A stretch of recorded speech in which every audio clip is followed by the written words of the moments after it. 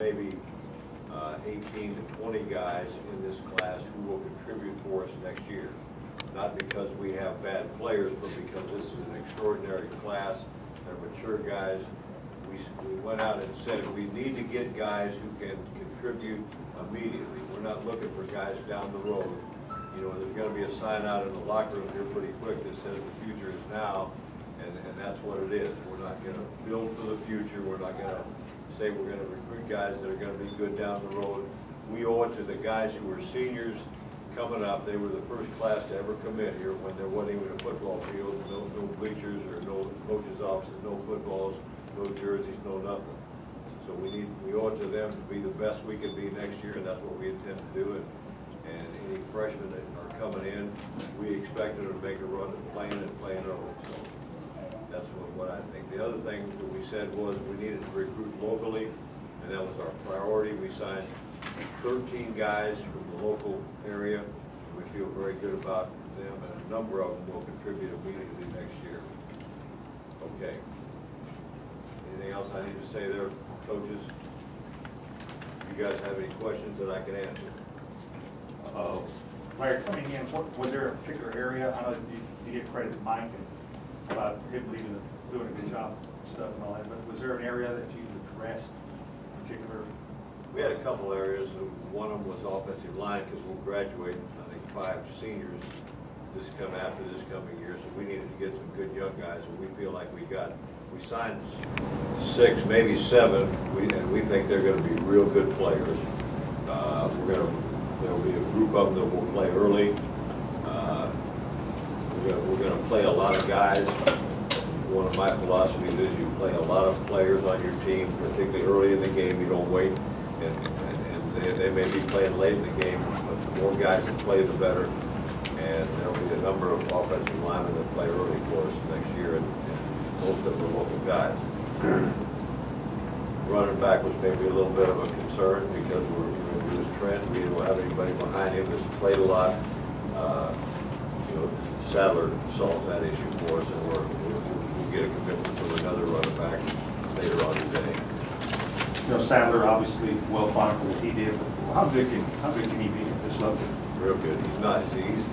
People say he's little. He's not little. He's just short. And he carried the ball in 3 consecutive games last year. He carried it 50, 51, and 41 times. Now, he wasn't getting hit by guys we're going to play against, but he's tough. He's quick. He's aggressive. He's fine. He'll do very well for us. He's got the right attitude. He was a big get for us when he decided to come here. Yes, sir. Coach, the announcement about the team playing in Texas Stadium and also playing a run-up for a national title at this level, do you think they made any last-minute impact on recruiting? I'm not sure playing in Texas Stadium did because it wasn't really, we didn't really talk about that. There was a couple things that made a difference. One, you sign a new coach with a Super Bowl ring, you can sell that for a while, and we sold the fact that we're going to become Division 1A at some point. All that helps because you got to, and and I said this to several people. We signed 3 or 4 players that a month ago didn't even know we existed. So part of our issue is getting the word out there that we have a real football program here, and because it's so new, a lot of guys just don't know about it. But I think the fact that we're going to Division 1 helped a lot. So absolutely, and the fact that we're going to play in Texas Stadium probably helped us with particularly the Dallas-Fort Worth area guys. And my wife kind of likes that. How about getting Jake Wilcox, kicker from Reagan? Fabulous. Jake, I believe that a good kicker like Jake will, over the course of his career, will win 6 or 7 games. He's an outstanding kicker, a really brilliant guy. He can run real fast, which doesn't do any difference. He might run on our track team, but he can run fast. He can kick really well.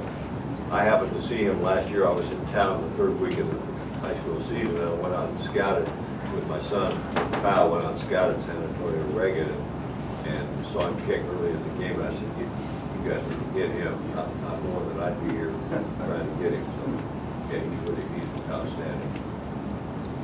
And Connor Beaupre, besides being a quarterback and a really good athlete, he's a heck of a punter. He might be our punter next year. Right. So, Did you sign him as a quarterback? Yes. Okay, as both? yeah. He signed him as a quarterback, and like everybody else, if he's playing a quarterback, good. If he's not playing a quarterback, he can play another position. But we're going to give him every shot to be a quarterback here. And the Griggs kid, he's a receiver, but also exceptional track. Told me to do both here. Yes. What impressed you about him? What impressed me was he ran a 10.2300 meters. That's what impressed me. And he's a really good guy. His dad's a military man. He's a good young man, and he can run real fast. And what we said when we started talking about who we were going to recruit, we said we needed more speed, more size, and we're always looking for good players. We needed more guys who could run real fast and more guys who were big. So at least when we get off the bus, we look like a real team. Larry, can you just talk briefly about just how it's been for you, the adjustment coming back into coaching, the recruiting, getting the staff again after a few years, after being out of it a few years as a team coach? I mean, they've always been a coach. Yeah, but it's been really exciting for me, and fortunately, Todd Ivachek and Tony Marciano and son Kyle, who's a recruiting coordinator, and all the coaches on the staff, and Stacy Nordquist, they had to fix me up with what the rules are, and let's not make sure we don't do this. And because the first thing we said was we don't ever want to do anything that's not exactly 100% copacetic. And so they had to slow me down on a couple of things, but I've loved every second of it. I like recruiting, I like meeting young people, I like meeting their families, I like the whole process. I like selling us, and what we're doing really is we're selling ourselves to them, and that's where the coaches did a fabulous job. Because many parents said to me, the coach who was recruiting us, Larry Moore, or Tony Marciano, or Todd, or whoever it was, Mike Brigham, was a great representative of your fine university. And then secondly, we're selling a fabulous school, and what most people who play against don't have is they don't have a city like San Antonio to recruit to. So they're all nervous about us, because as we start getting better, and more people know about us, we're gonna attract more people, because if you come here as opposed to going to Canyon, Texas, you probably would. So I'm not saying anything against Canyon, Texas, but this is a great city and a great university.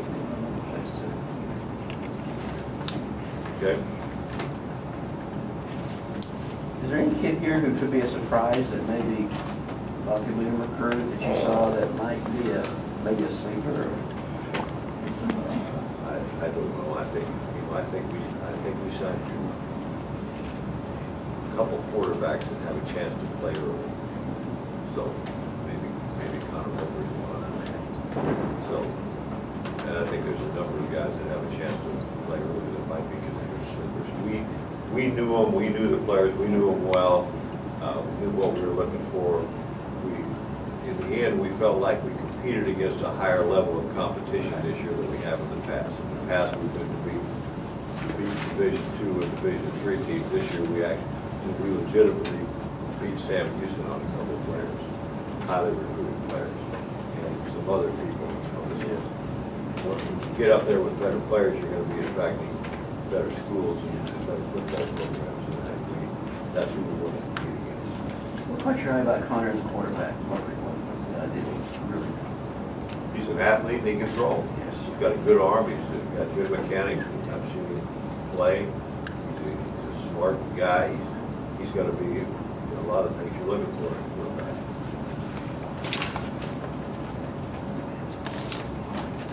You know, when you're having spring training yet, should we set dates for that yet? Yeah, the last 2 weeks in March and the first 2 weeks of April, we finish our spring game on the April 14th. And I'd like to say this, and you can print this. Anybody who would like to come watch spring practice is welcome to be down around the field. We won't let you on the field probably for liability reasons, but you're welcome to come out at any time, bring your camera crews with you and video anything you want. The only time we wouldn't want a camera crew there was maybe during the season. We got a couple of trick plays we were putting, we wouldn't want you to film it so the opponent can find out. But everybody's welcome. Spring practice is wide open for fans, students, anybody who would like to be there. You guys are welcome every day. Come on. Yes. Coach, would you speak to these players? I know we're speaking about the athleticism, but I'd like you to speak to their academic and character issues, or whatever, not necessarily issues, but could you say something in that respect? Yeah, we're not going to recruit anybody that isn't a good student, and we're not going to recruit anybody that's not good character. And and that's all a little bit relative because we can't know them like people know them, but they're high school coaches. There's several kids here in the city, and everybody in the school said this is really a fine young man. You'll be glad you got him in your program. We want character guys, and we want athletic guys and good students. You have to be a good student to get into school, and we're always after good students. We have a whole bunch of really good students. We got a couple valedictorians in their class, and yeah, that's really important to us. So you're selling the graduation potential highly as well. Absolutely. And a degree from this university means a lot. And parents understand that better than the players do sometimes. So we're selling everything we can sell that's possible. We've got a great coaching staff, we've got a great university, and we're in a great city. Selling it all. And when we get guys on this campus from out of town in particular, and even some guys from in town, they haven't even never been on this campus. They're like, wow, this is a cool place. Guys from Dallas or Houston, they come on the campus, it's like, wow. The parents love it because they can see where their kids will be on campus. They'll be safe. It's a nice campus. People are friendly. The players here, the players who are currently on our squad did a great job of helping us recruit guys. We told them early on, we want you to help us recruit guys so they can beat you out. And they worked hard at doing that, so they helped us, and we appreciate it very much. If I said enough outlandish things, Wayne? No, keep going if you feel like. Any other questions? You guys have any? All right, good. Thank you. Okay, thank you.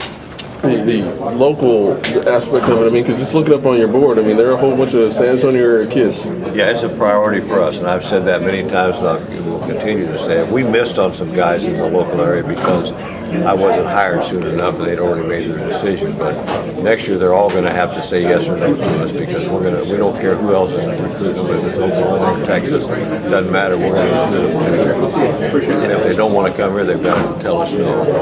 And it's a priority, and we've made that a priority with the San Antonio area coaches.